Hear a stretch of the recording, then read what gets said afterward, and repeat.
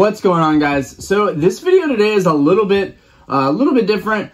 I usually don't talk about my collection too much. I typically keep it to mail days, talking about the market, live streams, which we will probably do another live stream tonight.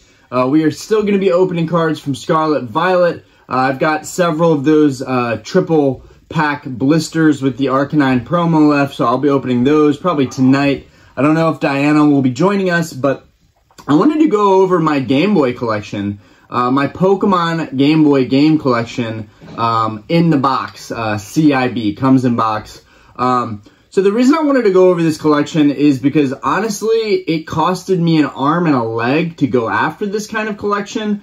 And while I typically stay with theme decks and trading cards, I've really jumped into the whole console world and started to collect those as well. And I really only have a couple of consoles left, like the Game Boy handhelds, and maybe like a color or two colors of the Nintendo 64, and then maybe a couple variations of these Game Boy games that I'm about to show you here. I'm missing Crystal, which has the Suicune on the front of it. That is very rare, very valuable. I'm missing Pokemon Red version, which is kind of ridiculous because that's kind of like my favorite Pokemon is probably Charizard, so it's kind of ridiculous that I've neglected getting that game, but the bidding and the auctions have gone up so high that I just thought, this isn't rational yet. I would like to get that game for around $200. Even $200 just seems ridiculous. These are Game Boy games and cardboard boxes.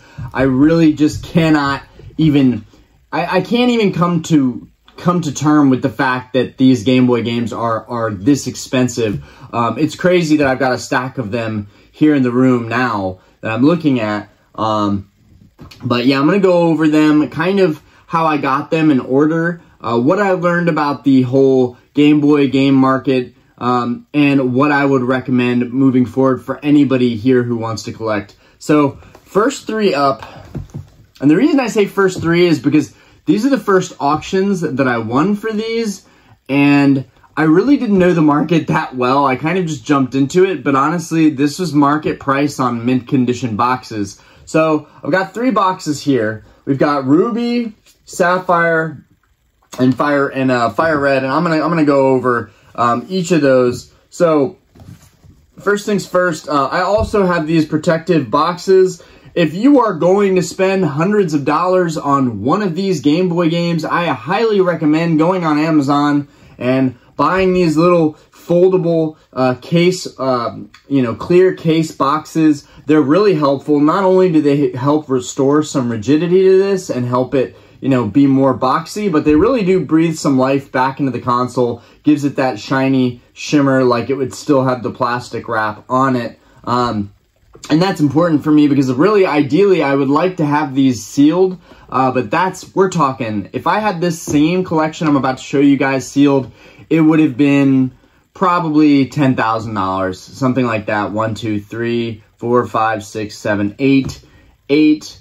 Let's call it $1,200 to $1,500 a piece. Yeah, probably would have been $10,000 or more for this collection sealed. So I went after the CIBs because those were astronomically less money, more affordable, and I could actually play the game, which I don't really do because it's such a hassle putting these away and folding them up and putting them in their boxes that honestly they've just turned into collector pieces. As long as they work and the batteries work, which I've repaired some of these batteries, then we're good to go, and they'll stay sealed up. But first things first, let's talk about this Ruby version here. So I paid $220 for this Ruby version. All three of these were sold by the same person. This is their childhood collection, which I would highly recommend. Now, the reason I would highly recommend finding someone with kind of, mid-tier to low feedback on eBay that's selling these is because they'll probably be selling it from their childhood stuff. Why is that good? Because a lot of people are collecting these boxes and they are swapping the boxes, the games, the manuals, the pamphlets, you name it, putting in aftermarket inserts that hold the game inside of the box. I even have an order of these clear protective cases, and I have an order of the inserts that go inside the boxes because I kind of decided I think this is a market that I'm going to get deeply into. on top of all the TCG stuff that I'm still collecting, which I have so much stuff to still go over. I just have to find time to pack these videos in. But aside from that, I've decided that I was going to have repair kit, soldering kit, all the protective boxes, an order of aftermarket inserts so that I could put these in and resell some of them down the road. Now, none of these games right now have an aftermarket insert, I think, except for one. All of them have everything original, the pamphlets, all that good stuff. Now, I am not going to open these up because it would just take too much time and effort. But what I will say is that we may be doing a video on here where I kind of break down what to look for when you're buying these Game Boy games, these Nintendo cartridges. There's a lot of fakes, reproductions on the market, and you need to know what to look out for because you don't want to get caught spending top dollar on a reproduction or a fake, as I like to call it. I really see no point to buy the reproductions. You're not going to get your value back out of them. They're not going to go up in value much. And the ones that have reproduction boxes, yes, they might look new, but I don't know. It just bothers me not having the real deal. So anyways, let's get into the kind of quality of this box and kind of why I'm happy paying what I paid for it. So right off the bat, any of these boxes, when they're mint, it's in my opinion, from what I've seen in the recent market, I can't speak for what these were a couple months ago or a couple years ago. All I can say is what I've been spending on them and what I've seen the auctions go for and what I've seen the recent sold listings go for on these bad boys. So this one right here, you guys can see we've got some nicks here at the bottom. We've got a little crunch here. Over here, we've lost a good bit of that foil front there. Let's see if you guys would be able to see any creases on here. Over on this side, we have a slight crease. You guys might be able to see that. It runs along the side here. Now, normally I want to avoid boxes that have creases. The structural integrity of these boxes is very important. The same as it is with cards. Now, when I got into collecting these, I kind of assumed that they were extremely rare. I made that assumption right off the bat, even though honestly, every single week there's auctions for these popping up. So if you get outbid and you feel a little bit out of your price range, that's okay. Anything under $200 for these in mint condition is a really good deal in my opinion. Anything over $200 and you have to start kind of, rationalizing, is this a good purchase? Will there be another one? Should I look in the sold listings and see, what other people have paid?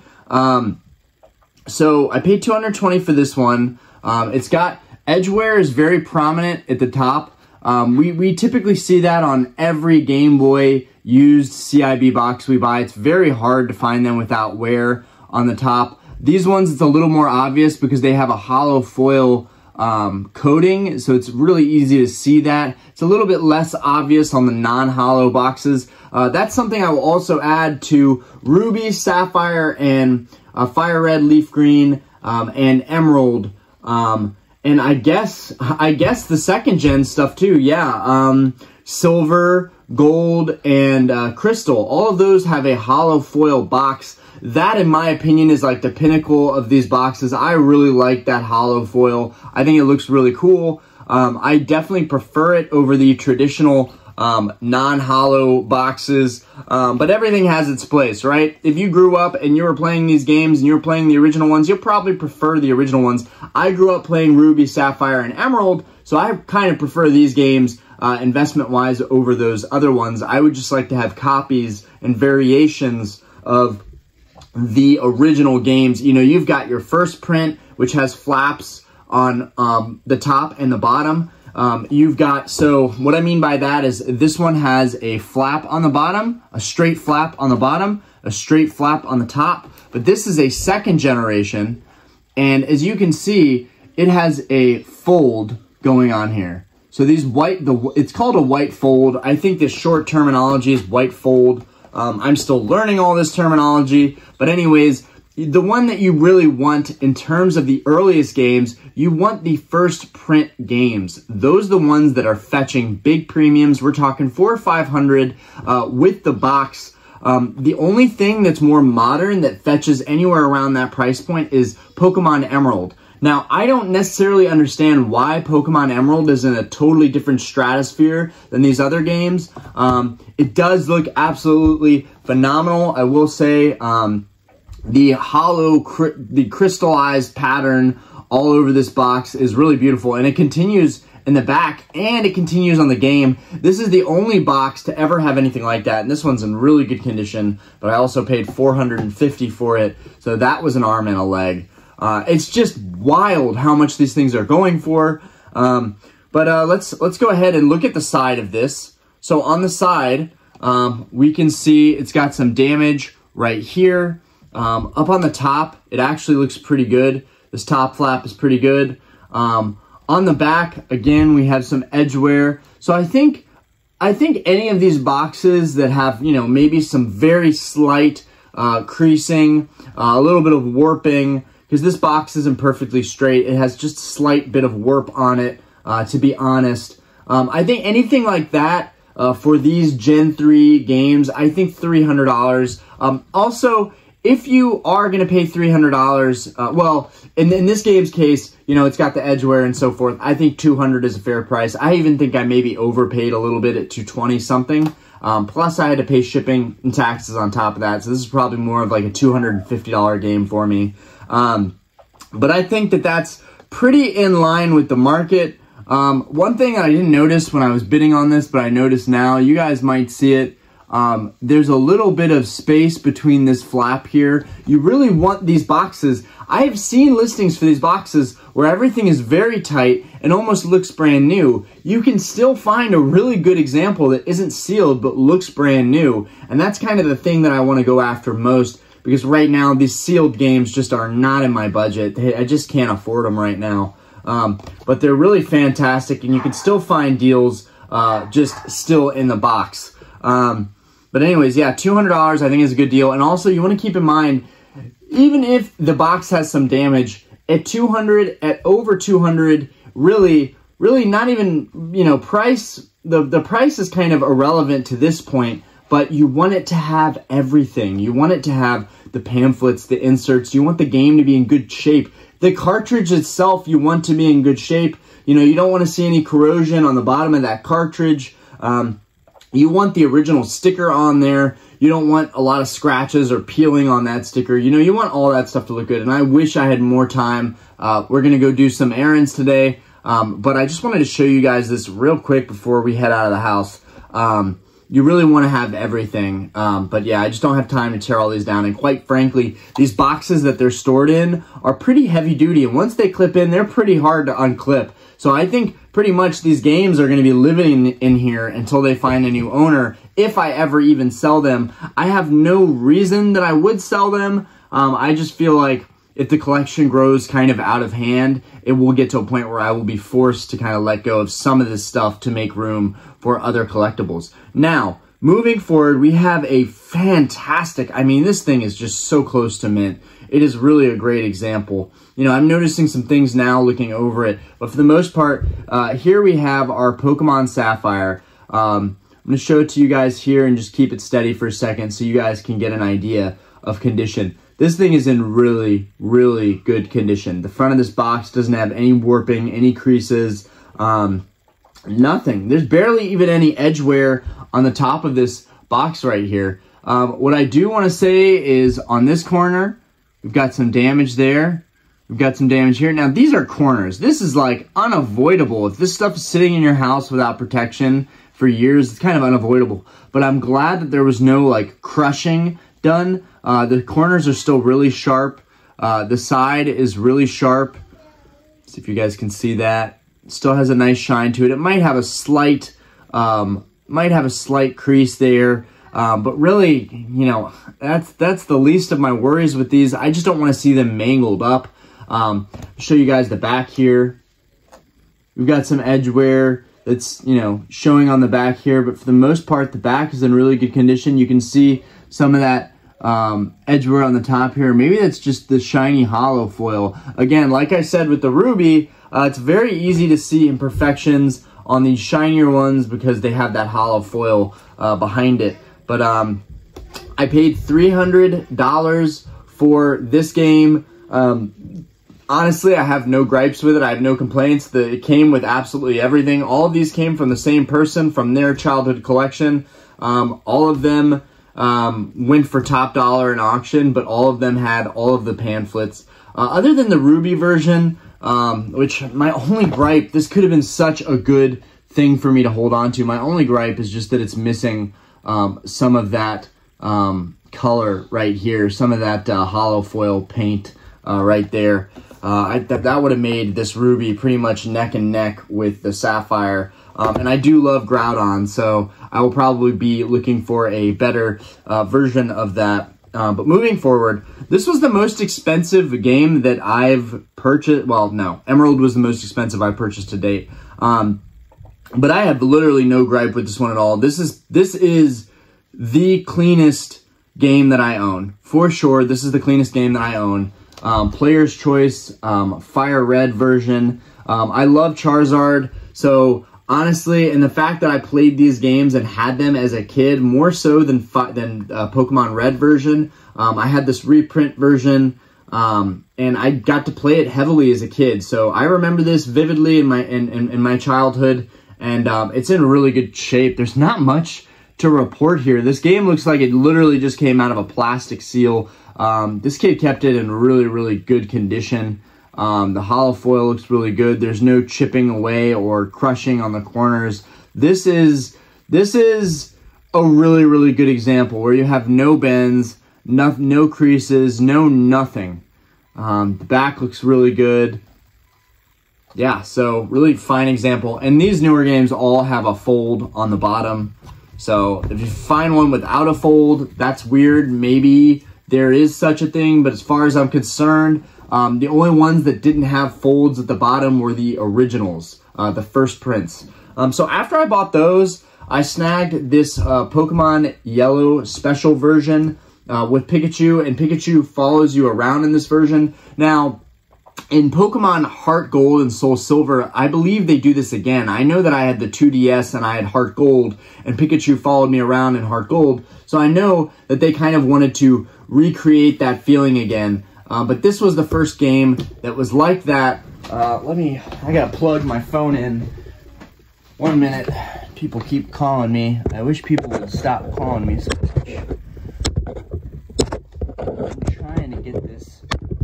I'm sorry, guys. This is probably my worst technical difficulty thing ever, but I realized my phone was gonna die soon. I just got back from the gym, and I just want to make sure. Wow. Guys, I'm sorry. Okay. Right, that's plugged in now. Okay. Anyways, I just wanted to make sure the video wasn't going to die on me while I was trying to do this. So I picked this one up for $117. I'm really, really happy with it. It came in kind of rough shape. It has some damage right here. It had some black dirt speckles, and I think a lot of collectors would know better to even try and rub that off. I did use a little bit of water on a cloth, which was a really stupid idea. If you're ever trying to clean these old games, they are just straight cardboard. There's no protective coating over them, so you will wipe off the coloring. Anyways, so what happened here was I did a little bit of that just to soften up the dirt, and then I picked it off with my finger. Probably not the best job ever, and I dented the box slightly. But in my opinion, the grimy dirtiness that was right here, I would take a little bit of faded color discoloration over the grimy dirtiness any day. Otherwise, other than that dirt, this is a really, really good example of the first, and this is a first print, and I don't think anybody realized that when they were bidding on this, because first print games typically go for $300 to $400. I don't even know how I got this game for 117 bucks, but I did, and honestly, the sides are pretty good. This is a flap at the bottom, so you know that it's a first print. Here's the other side, really good condition. Here's the top, really good condition. I just don't get it. I mean, the only thing I can see is that on this back side, it has, you guys might be able to see this, it has a crease right here that's really hard to see, honestly. It has a crease right there. It's got, oh, there we go. There we go. So you guys can see this crease line going all the way down the box. Definitely not ideal, but not that noticeable to me. I'm going to be looking, I care more about the front of the box, which the front of the box has nothing like that. The worst thing on the front of the box is, where is it? Right here. Right here, you have a crease going through the M and the O. Get the light on that. So you have a crease going through the M and the O. But honestly, if I just recently found this original first print game for $117, you can find deals out there too. This is still to date probably my best pickup as far as being a first print game and getting it just over $100. I'm thrilled with this pickup. Came with the manual and the insert. Well, it doesn't have an insert, and that's another thing. If you ever get a first print game, you'll notice that it has its own built-in insert that's attached to the box. Keep that in mind. You don't want to tear that out. That is an original part of the box. You want to keep all that stuff intact. So the only other thing you'd have would be your manual. So, and I will admit, the game is a good bit warped. The box definitely makes it look a little bit better, but there's a good bit of warping on the back of the game, kind of just kind of curves. But for the most part, other than the dirt on the front and a little bit of warping, this game is absolutely beautiful. Show you guys this one more time, and then we'll move on. Very happy. That's definitely my best like thrift pickup. After that, I picked this one up. So I picked this one up for 200 and some change.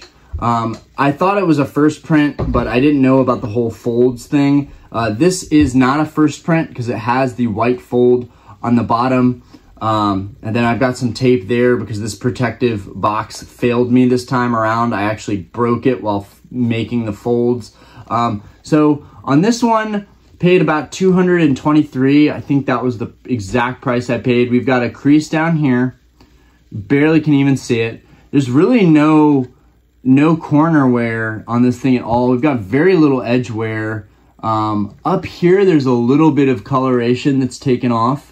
You can see a little bit of coloration scratched off, and that's it.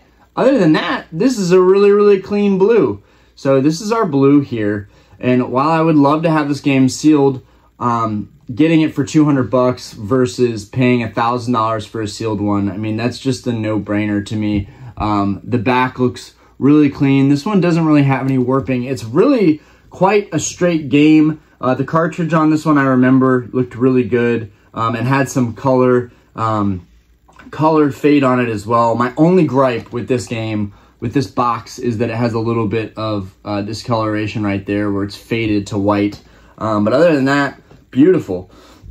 So this one, I picked this one up from DK Oldies. I honestly didn't even realize who the seller was until it came in the mail and I got an invoice from DK Oldies. This is my worst Pokemon game that I own. And the reason I want to stress that is because DK Oldies, and I don't want to jump on the bandwagon because there's been a lot of people trashing DK Oldies. I don't know much about the company. I don't know much about the electronics they put out. I know they've been trying to do a lot of PR to fight that. But I'm just going to give my opinion. This box was in terrible condition. It was $140, $150, maybe $160. The box is in terrible shape. This is the only box that I've already ordered a replacement game and box for. That's how much I was dissatisfied with the DK Oldies product that I was sent. So, I mean, it's not absolutely terrible, right? But with the standards that I have of collecting and the stuff that I want, like, I'm okay with having used stuff. I just don't want beaten and battered stuff. Anyways, so the back is actually not that bad. The back's actually not that bad. You guys can see that. It's like, oh, what's the issue here? The back's not that bad. Okay, you look at the top, and then you've got your issues here. So at the top, not only is there a really bad crease, which I wouldn't care about that otherwise, but like, this is so badly damaged, it's literally punctured through the top. You know, somebody probably wouldn't think that's that big of a deal, but to me, that's a pretty big deal. You know, other than that, that's just the thing. Like, it's just, I don't have any boxes that have that kind of damage where it's actually cut and punctured through the label. It didn't come with any carts. The game looked kind of rough in terms of the sticker and all the scratches. And I will say the box is warped. If we can get this in some light, I can show you guys. Right there is a indentation that's pretty gnarly. Luckily, it's not as noticeable just from the front. Yeah, no, you guys can definitely see this. You can definitely see this line right here. So it's creased right there. We've got a couple dimples throughout. It's a warped box. It's got a lot of waviness to it on the front of the box. So in my opinion, if I were to buy another thing from DK Oldies, I would still consider it. I would still consider shopping with them, but 140, I feel like, or 160 or 150, whatever I paid for this, I know it was around there because I was expecting it to be in better shape. I think you could find a much cleaner box for 160, 170, maybe 180. Now, 180 is what I paid for my replacement for this. The person kind of guaranteed, they said, this box is super clean, you're going to be happy with it. So I feel good about that. I think it's going to be hard for anything to be worse than this right here. That's pretty substantial. I mean, now it's, you know, it looks nice, it's sealed in this plastic, but I know when I was holding it in hand, it just didn't feel good. It didn't feel like it was in good shape or look like it was in good shape. But I will say, these protective plastic, you know, containers, they really do make a game shine and look a lot better. I will say I love the Lugia on the front of here. It's beautiful for the artworks. All these for the artworks are just beautiful. But yeah, that was DK Oldies. Didn't come with anything. The only thing it came with was the game. It didn't even come with an insert, which I think is kind of ridiculous considering the fact that you can get, they could just buy inserts in bulk and have them for the game to at least make it a little more presentable and a little more sturdy. So I do believe I put an insert in this one. I could be wrong on that, but I'm pretty sure it didn't have an insert. I'm pretty sure it was just a loose game inside of a box. And that does, you know, there's parodies on this about how they just throw their stuff in a box, and that's kind of what it felt like. Okay, moving forward, I got this one. This one was listed for $180, and I immediately bought it. Looking at the pictures, everything just checked out. The box is extremely flat. This is our Pokemon Gold version. No, it wasn't $180. This is just the box. I paid $100 for the box. A friend of mine sold me Pokemon Gold for $20. It did not work. I had to put a new battery in it because it wouldn't save the game file. But I will say this box did come with all the pamphlets and an insert. So it came with everything that I needed. And then I had the game in relatively good shape. So I was able to complete this for $120. Now, that I think is the dream, is to be able to complete these games for $100, $120. That price point feels a lot better to me than paying $200 or $300. But to be honest, in all my years collecting, I have never seen anything like this locally. I've never seen people with the original boxes and the old Game Boy games locally. It was just by chance that he happened to have this game sitting in a closet somewhere, and that, you know, this person posted this box. I think it was posted for $140, and I offered $100, and they took it. So I was really happy about that. This box, I think sometimes buying the boxes and the games separately can be a much better value to complete these games. As you guys can see, it's in really good shape. There's really nothing to point out here. This box is in phenomenal shape. I'm definitely very proud of this pickup, and being able to put this package together on a budget, that felt really good. Yes, Aspen, we hear you. Everybody hears you. So on this side, it just has it has a slight creasing, and you see that a lot with these Game Boy games. So that's not really anything to be alarmed about. On this side, it has it too. It's very light on this side, but you can see it right here. I attribute that to just the boxes getting pressed over time and the sides kind of getting weak. With these kind of protective cases, that can't happen anymore. With these cases, you can pretty much stack them on top of each other and they can't be damaged. Now, I store mine sideways, or upright, I should say. But But yeah, this gold version is phenomenal. And this is a great example of the highest quality, lowest price I paid on any of my games. This was the best deal I got. I was thinking, yeah, that Pokemon, the yellow special version, that was the best deal I got for everything completed. But honestly, that box is pretty rough, but it is a first print, and that's something to keep in mind. Those first prints are more valuable than these, than the silver gold prints. Now, Crystal is kind of like Emerald in a way. So I don't know what it is about these third game releases. So Crystal is like the grail of, Gen 2, and Gen 3 Emerald is the grail. So a Crystal box that's in good condition goes for like $300. The game goes for about $110 typically. So you're out $410 typically on that. And I'd be pretty happy with that. I recently had an auction for just the box that I really wanted to bid on, but getting just the box at $300 just seemed tough to me. Even though, in all honesty, I paid $450 for this one complete with everything, and at the end of the day, an Emerald game is maybe $130, $140, maybe $150 and up. I've definitely seen some sold listings go higher than that, especially if it has a new battery. People really seem to like that. That's another thing. These Pokemon Leaf Green, Fire Red, I don't believe have batteries. They might, but I don't believe they have batteries. And then Pokemon Sapphire, Ruby, and Emerald have batteries, but can play and save without the batteries. And I think that's one of the best things about these games is no matter, what the condition is or if the battery's been changed in the cartridge or not, no matter what, you know that you can save your file and you'll have your Pokemon on here for a long time. Right now, I'm playing Sapphire and trying to get all my Pokemon in that game, and I don't have any worries about losing that save progress because it's Pokemon Sapphire, and I know that even though the batteries run dry, which I did think about changing it, but honestly, these types of games, I'm not even going to mess with. I'm only going to do that on the older ones that won't even play or save without that new battery. But anyways, I'm playing Sapphire again, and I'm really enjoying it. I'm using my little light hookup so that I can play late at night and not disturb anybody and be in bed still. But yeah, so yeah, $120 all in all was really, really good to complete this package.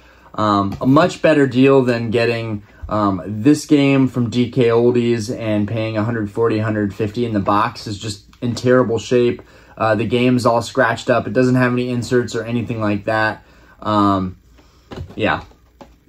But for the most part, I knew that I wasn't going to get the nicest condition stuff. I really just wanted to complete kind of the set of all these games. I'm still missing Leaf Green, I'm still missing Red, and I'm still missing Crystal. And those are all the games that I want.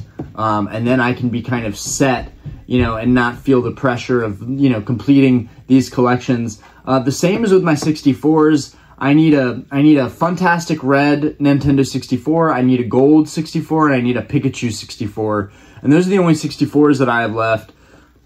I would like to get them in the box, but that's going to be down the road because it's just very expensive. But let's go ahead and talk about this Emerald.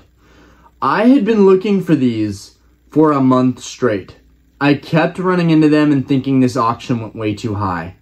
And then I started seeing the buy it now prices creeping up, $500, $600, $700, even $800. I saw one that was about in this condition for $800, and the person would not sell it to me for $500 or $600. I was just shocked that I was willing to pay $600 for one of these in a good condition. And it still had edge wear and stuff. $600, and they wouldn't sell it. Well, I was very glad about that because I ended up winning this auction for $450, a much better price, had everything, better condition arguably, and yeah, just a chunk less. But when I finally won this game, I was so relieved because this Pokemon Emerald, guys, if you're going to go after games, honestly, I would go after this one first. This is the one that just seems to be drying up and selling so fast. This is one of the only Pokemon games that the cartridge itself almost sells for $200 alone. I sold one on my Mercari for $130 recently. It didn't even have the sticker on it. I was shocked that it sold that quick. And then I realized, yeah, Orion, you just sold the the most expensive Pokemon game for a deal. 130 is considered a really good price for these Emerald games. But honestly, I feel like it was a fair price. We swapped the battery on it, and it didn't have a sticker, and it was kind of loose. Like it wasn't really tight. It kind of was loose. Like I think, I don't know. It was just a little bit loose, and 130 seemed like a really good price for it. But it was crazy because here I was buying the game in the box again, and now spending like triple that amount of money. But anyways, let's go ahead and look at this. So we've got some cornerware here. We've got some cornerware. It's to be expected. This is from someone's childhood collection. The shards, the crystal-like shards on the game are most notably the coolest feature of these boxes and the artwork. Obviously, you guys know that I'm a huge fan of Rayquaza. This is a fantastic box art for Rayquaza. Why couldn't we get this in a card form? This would be phenomenal. If you look up top here, it's got a little bit of the hollow scratched off there, but definitely not as noticeable as it's on the Game Boy Advance label side. The corner is pretty good.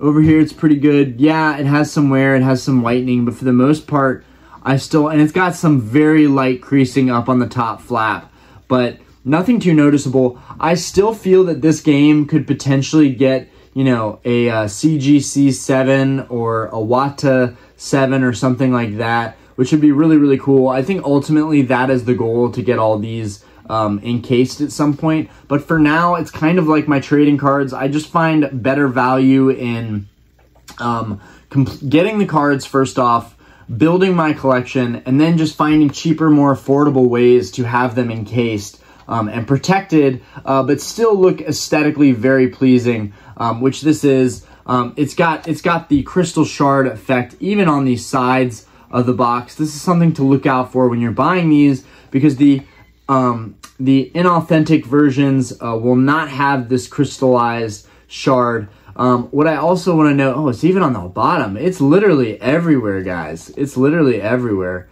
What I do want to know, and you can see there's definitely some damage up here, but again, it's nothing past the surface. Everything is all on the surface as far as that damage goes. Let me look at the back here. It looks really, really clean. And it's protected and encased. So from here, the condition should not be going down anymore. But I definitely want to get this thing graded at some point. I think it would fetch a pretty good grade. It's a pretty good condition box. And man, that crystallized shard, just that whole effect just looks phenomenal. And I'd love to show you guys the cartridge because it has that same effect.